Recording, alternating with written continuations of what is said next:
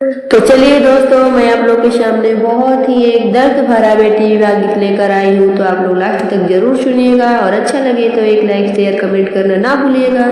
तो चलिए मैं सुनाती हूँ आप लोगों को।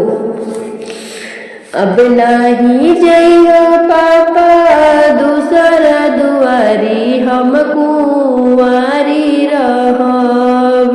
अब नहीं जइहा पापा दूसरे दुआरी, हम कुंवारी रहब।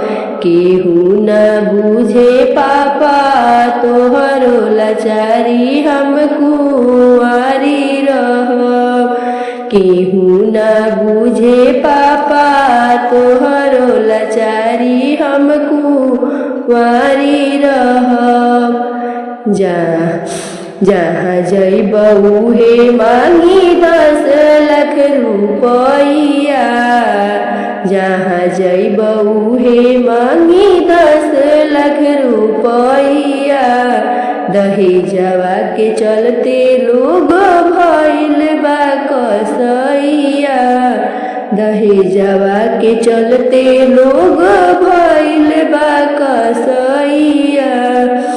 पूरा ना होई बेचब खेतवा बधारी, हम कुंवारी रहब। पूरा ना होई बेचब खेतवा बधारी, हम कुंवारी रहब।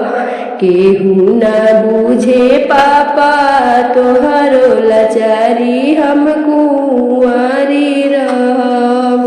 केहू न बुझे पापा तोहरो लाचारी, हम कुंवारी रहब। देई के जनमवा हमके कैला तू गलतिया, बेटी वाला के साचो फूटल की समतिया।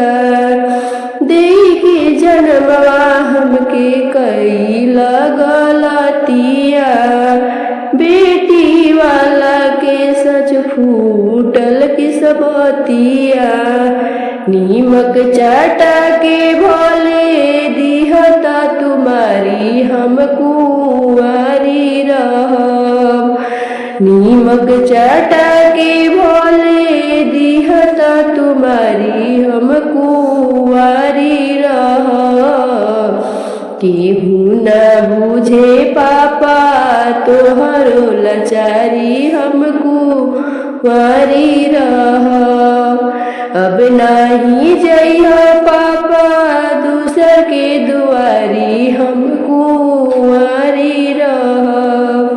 केहू न बुझे पापा तोहरो लाचारी, हम